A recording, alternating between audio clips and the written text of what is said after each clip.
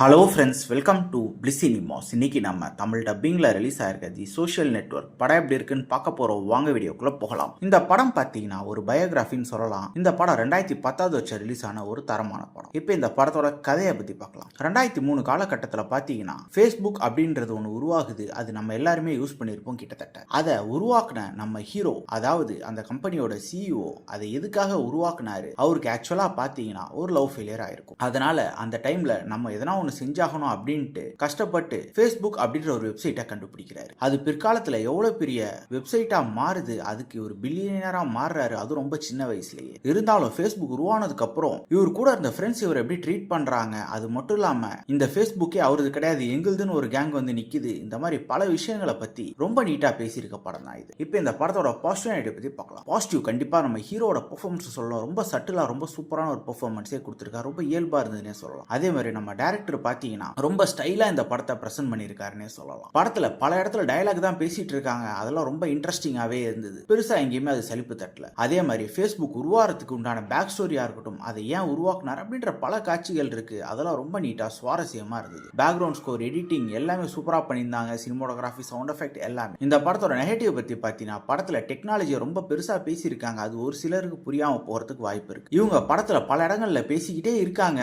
ஆனா அது பெருசா சலிப்பை தட்டலனால ஒரு சிலருக்கு போர் அடிக்க வாய்ப்பு இருக்கு. மொத்தத்துல கண்டிப்பா இது ஒரு தரமான பயோகிராஃபி தான். ட்ரை பண்ணி பாருங்க. கண்டிப்பா நீங்க ஃபேஸ்புக் யூஸ் பண்ணியிருப்பீங்க. ஸோ உங்களுக்கு இந்த ஸ்டோரி ரொம்ப இன்ட்ரெஸ்டிங்கா இருக்கும். இந்த படம் எல்லாருமே பார்க்கக்கூடிய ஒரு தரமான படம் தான். ட்ரை பண்ணி பாருங்க. இந்த படத்துக்கு நம்மளோட ரேட்டிங் கேட்டீங்கன்னா 10க்கு 8 மார்க் கொடுக்கலாம். இன்னொரு வீடியோல சந்திக்கலாம். தேங்க்யூ.